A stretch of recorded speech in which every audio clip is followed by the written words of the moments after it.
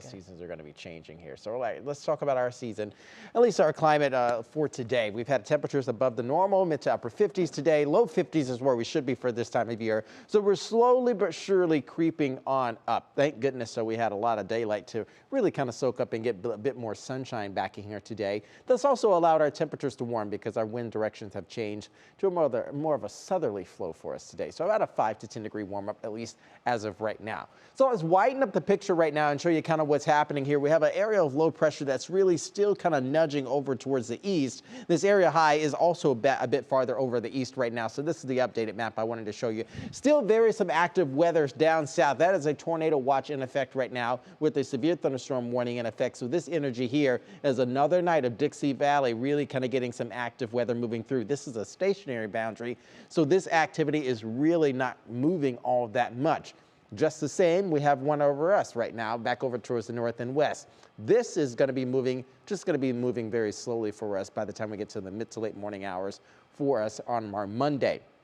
The bullseye, at least for the south, again, is now over Alabama. It's going to be moving towards Georgia and even the South Carolina area, at least by sunrise tomorrow. As far as temperatures go, we still have a lot of moisture down south. We have a south wind coming straight in off the Gulf of Mexico, so it's aiding and abetting a lot of storms to move into the region. For us, we're also going to start to get a little bit more warmth heading towards Monday and Tuesday. Then we kind of come back down with another frontal boundary that's arriving. As far as conditions right now, we got a light east wind coming in about a 5 to 10 mile per hour speed, calming winds up to the north along the lake shores, but that's still not really counting all that much warmth that'll be arriving by the time we get into our week. So mid to low 40s, waking up tomorrow will be in the 30s, but I think some areas kind of hang out in the mid 30s waking up.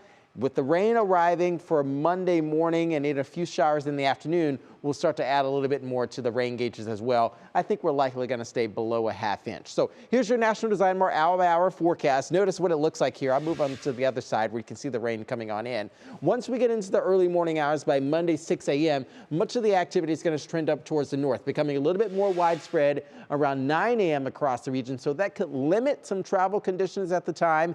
Moderate to heavy rainfall, but only in a smaller areas. So I think it's going to be more isolated, but there's still and yet could be some ponding on some secondary roadways. We clear things out. Temperatures fall. There's the front arriving. We'll have more of a north wind arriving for late Monday into Tuesday. That'll cut our temperatures back down into the mid to upper 30s. And I think some areas may see a little bit of some flurries and perhaps even some light snows for early Tuesday. So again, that's not really going to be a lot. And I think for the most part, little to no accumulation. Big picture really quickly. Heaviest rain again going to be down towards the south across our area. Once we get the rain in, it's not going to linger too long and we'll have more of a stable atmosphere arriving by Tuesday into Wednesday. Look at this. There's the warmth midweek.